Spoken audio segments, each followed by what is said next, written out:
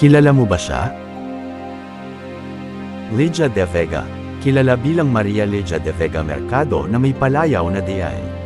Isang Pilipina na atleta na tinaguri ang pinakamabilis na babae sa Asia noong dekada 80. Si Legia de Vega ay ipinanganak sa Meycauayan, Bulacan noong December 26, 1964. Isa siya sa 10 anak ni Francisco Tatang de Vega na personal niyang coach at trainer.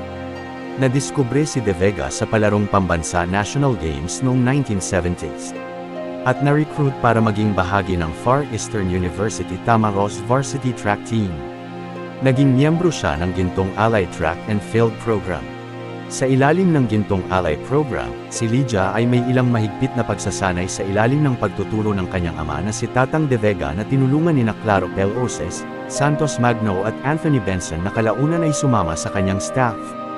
Si de Vega ay unang gumawa ng pagpapakilala sa 1981 Southeast Asian Games na ginanap sa Maynila kasama ang gintong medalya ng mga pagtatanghal sa 200 at 400 meters na mga kaganapan na lumampas sa mga record na naitala sa Asian Games. Bilang sprint queen ng Asia, nasungkit niya ang gintong medalya sa 100-meter dash noong 1982 Asian Games sa New Delhi at nadobol ang tagumpay sa parehong kaganapan sa 1986 na edisyon sa Seoul kung saan siya naorasan ng 11.53 segundo. Gumawa siya ng rivalry sa pagitan nila ng Indian sprinter na si P.T. Usha. Si de Vega ay nahalal bilang konsehal ng kanyang katutubong bayan ng Meycauayan sa lalawigan ng Bulacan noong 2001. Noong unang bahagi ng 2005, hinirang siya bilang liaison officer ng Alliance of Coaches and Athletes of the Philippines kasama ang Philippine Sports Commission. Noong Disyembre taong 2005, pumunta si de Vega sa Singapore matapos makatanggap ng 3 alok ng trabaho mula sa mga pribadong paaralan sa Singapore para humawak ng athletics at mag-coach sa mga batang atleta.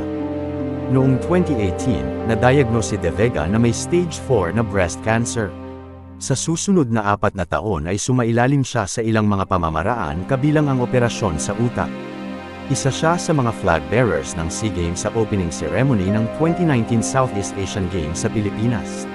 Noong Hulyo taong 2022, si de Vega ay iniulat na nasa kritikal na kondisyon.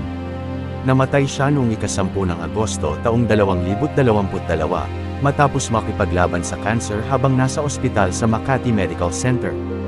Ginawaran ng mga parangal si Legia.